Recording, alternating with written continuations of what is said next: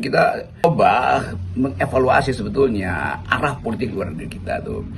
Kalau dari awal misalnya Presiden Prabowo mengucapkan kepentingan nasional mendahului transaksi diplomasi internasional, tentu kita mesti lihat akibatnya. Akibat pertama harusnya Presiden Prabowo menolak ikut dalam Board of Peace. Kalau kita dalilkan bahwa kita harus lindungi produk-produk di dalam negeri, maka dengan sendirinya konsekuensinya bahwa kita tidak ingin ekonomi kita dibanjiri oleh barang-barang Amerika. Tetapi semua itu harus mengandaikan ada posisi Indonesia yang kuat di dalam fora internasional. Ternyata tidak cukup kuat Presiden Prabowo untuk mendalilkan bahwa Indonesia cukup mandiri dengan politik luar negerinya, Indonesia cukup mandiri dengan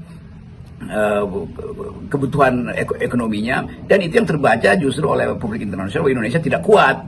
Itu juga yang menerangkan kenapa ketika Moody's datang ke Indonesia lalu semua orang merasa bahwa ternyata semua proyeksi makro outlook yang sudah dibuat oleh pemerintah itu dibatalkan oleh Moody. Tapi apapun kita harus nilai bahwa Indonesia ternyata lemah itu, dan itu yang mesti kita pastikan. Dan mulai sekarang secara realis Indonesia menjadi bawahan atau bagian dari kepentingan Amerika, terutama di Indo-Pasifik terutama tuh.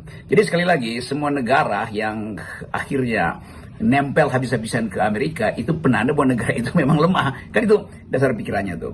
Jadi sekali lagi kita harus mulai dengan fakta itu bahwa Presiden Prabowo sebelumnya berupaya untuk memimpin Global South dengan ikut dalam BRICS.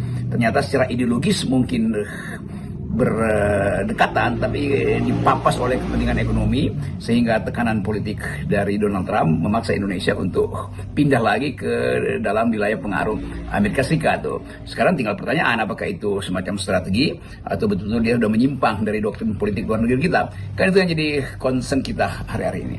Tapi politik selalu mesti dibaca juga di dalam upaya untuk menyembunyikan sesuatu, menyembunyikan mungkin